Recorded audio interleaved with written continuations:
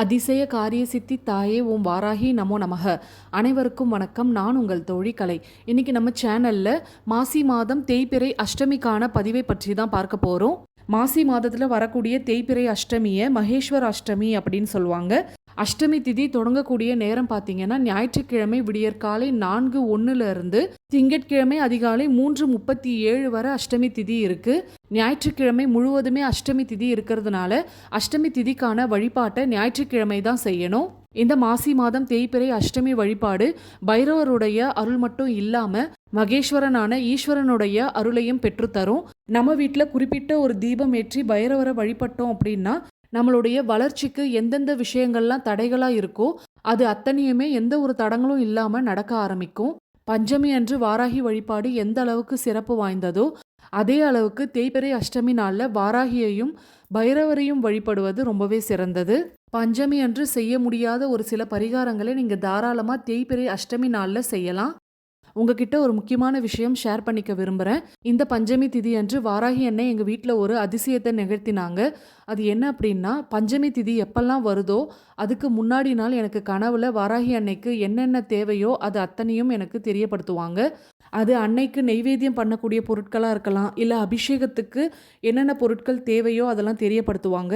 அந்த மாதிரி அன்று இரவு என் கனவுல என்ன வந்தது அப்படின்னா, 27 வசம்பு துண்டுகளை பச்சை நிற நூலால் கட்டி வாராகி அன்னைக்கு சாற்றணும் அப்படின்னு ஒரு அசரீரி என் காதில் கேட்குது. எப்போவுமே என் கனவுல தெரியப்படுத்துகிற பரிகாரத்தை முகம் காட்டி தெரியப்படுத்த மாட்டாங்க. யாரோ என் பின்னாடி இருந்து சொல்லுவாங்க. அதை நான் கேட்டுட்டே அந்த பரிகாரத்தை செய்வேன். மறுநாள் பஞ்சமி அன்று அந்த கனவு எனக்கு நல்ல நினைவுக்கு இருக்கும். உடனே அந்த பரிகாரத்தை நான் அன்னைக்கு செஞ்சுருவேன்.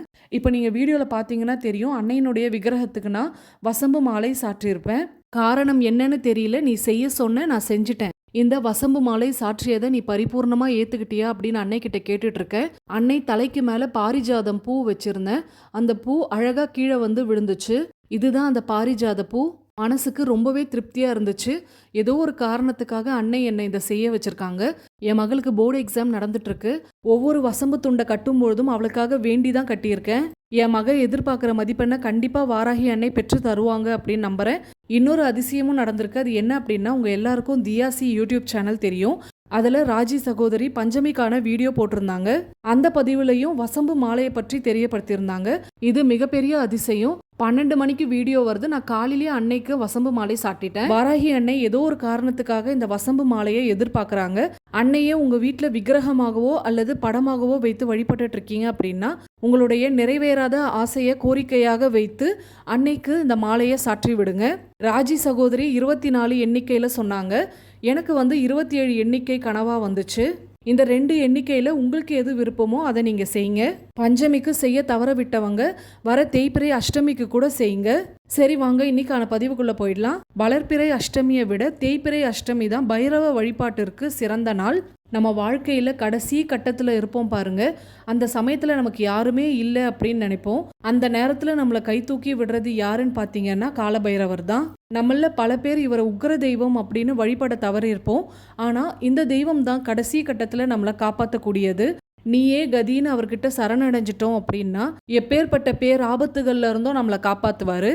கடன் சம்பந்தமான பிரச்சனைகள்ல இருந்து விடுபடவும், உடல் ரீதியான பாதிப்புகள்ல இருந்து மீண்டு வரவும், சனியால் ஏற்படக்கூடிய தோஷங்கள்ல இருந்து நம்மளை பாதுகாத்து கொள்ள தேய்பிறை அஷ்டமி பைரவ வழிபாடு சிறந்ததாக இருக்கும். அதே மாதிரி செல்வ செழிப்புடன் வாழ அஷ்டலக்ஷ்மிகளுடைய அருளையும் பெற ஸ்வர்ணாகர்ஷண பைரவரை இந்த நாளில் வழிபடணும். வீட்டில் கால பைரவரை வைத்து வழிபடக்கூடாது. ஆனால் ஸ்வர்ணாகர்ஷண பைரவரையும் ஐஸ்வரேஸ்வரரையும் வைத்து தாராளமாக வழிபடலாம்.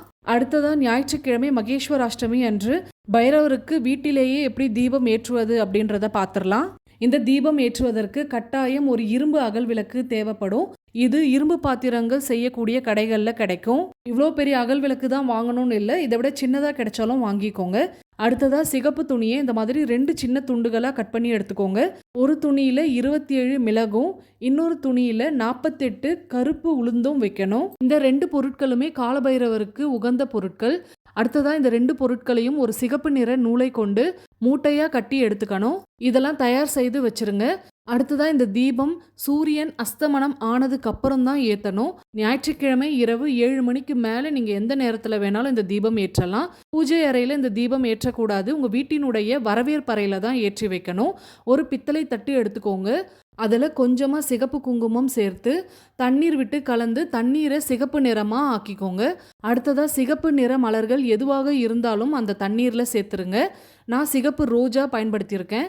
செவ்வரளி மலர்கள் கிடைச்சாலும் உபயோகப்படுத்தலாம். அடுத்ததாக இரும்பு அகல் விளக்க அந்த தட்டில் வச்சிடணும்.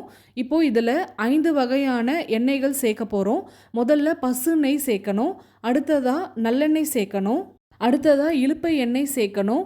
இந்த இலுப்பை எண்ணெய் வாராகி அன்னைக்கு எந்த அளவுக்கு உகந்ததோ அந்த அளவுக்கு பைரவருக்கும் உகந்தது. அடுத்ததாக ஆமணுக்கு எண்ணெய் அப்படின்னு சொல்லக்கூடிய விளக்கெண்ணெய் சேர்க்கணும். கடைசியாக தேங்காய் எண்ணெய் சேர்க்கணும். இந்த தீபத்தை இதில் குறிப்பிட்டு இருக்கிற எண்ணெயை சேர்த்து ஏற்றுவது ரொம்பவே சிறப்பு. இந்த 5 எண்ணெயும் இல்லை அப்படின்னு சொல்லக்கூடியவங்க தாராளமாக இலுப்பை எண்ணெய் மட்டுமே ஊற்றி இந்த தீபம் ஏற்றலாம். அடுத்ததாக நம்ம தயார் செய்து வச்சுருக்க 2 மூட்டைகளையும் உள்ளே வச்சிடணும். திரி போட்டு இந்த தீபம் ஏற்ற போகிறதில்ல. 2 மூட்டைகளையுமே எண்ணெயில் நல்லா நினச்சிட்டு அந்த மூட்டைகளை அகல் விளக்கில் எரிய விடணும். தீபம் ஏற்றும் பொழுது ஓம் ஐம் ஹ்ராம் க்ளீம் ஸ்ரீம் படுக் பைரவாய நம இந்த மந்திரத்தை 9 முறை சொல்லணும். இந்த தீபத்தை உங்கள் வீட்டு வரவேற்பறையில் நடுவில் ஏற்றி வைக்கணும். பைரவரை மனதார நினைத்து இந்த தீபத்தை 3 முறை வலம் வரணும். வலம் வரும்பொழுது உங்களுடைய கோரிக்கைகள் பிரார்த்தனைகள் அத்தனையும் சொல்லிக்கொண்டே வரணும். தானாக இந்த தீபம் எரிந்து அடங்கினதுக்கப்புறம் தண்ணீரை கால்படாத இடத்துல ஊற்றிருங்க. இந்த இரும்பு விளக்கை நல்லா தண்ணீரால் சுத்தம் செய்துட்டு அதுக்கப்புறம் எடுத்து வைக்கணும். இந்த வழிபாடு உங்கள் வீட்டில் எதிர்மறை ஆற்றல்களை விலக்கி நேர்மறை ஆற்றல்களை கொண்டு வரும். பைரவருடைய அருளும் பரிபூர்ணமாக கிடைத்து வீட்டில் இருக்கக்கூடிய வறுமை நிலை மாறும். இந்த தேய்பிறை அஷ்டமிக்கு தொடர்ந்து 8 அஷ்டமிக்கு நீங்கள் இந்த தீபம் ஏற்றி வழிபடலாம். முடியாதவங்க 3 அஷ்டமிக்காவது இந்த தீபம் ஏற்றி வழிபடுங்க. நிச்சயம் உங்களுடைய வாழ்க்கை தரம் மாறும். இதில் எந்த ஒரு சந்தேகமும் இல்லை. முழு நம்பிக்கையோடு இந்த பரிகாரம் செய்யுங்க. இந்த பதிவு உங்களுக்கு பயனுள்ளதாக இருந்திருந்தால் ஒரு லைக் பண்ணிவிடுங்க. அப்படியே உங்கள் ஃப்ரெண்ட்ஸ் அண்ட் ஃபேமிலிக்கும் ஷேர் பண்ணிவிட்டு சேனல் அப்படியே சப்ஸ்கிரைப் பண்ணி வச்சுக்கோங்க. மீண்டும் அடுத்த பதிவில் சந்திப்போம். அதுவரை நன்றி, வணக்கம்.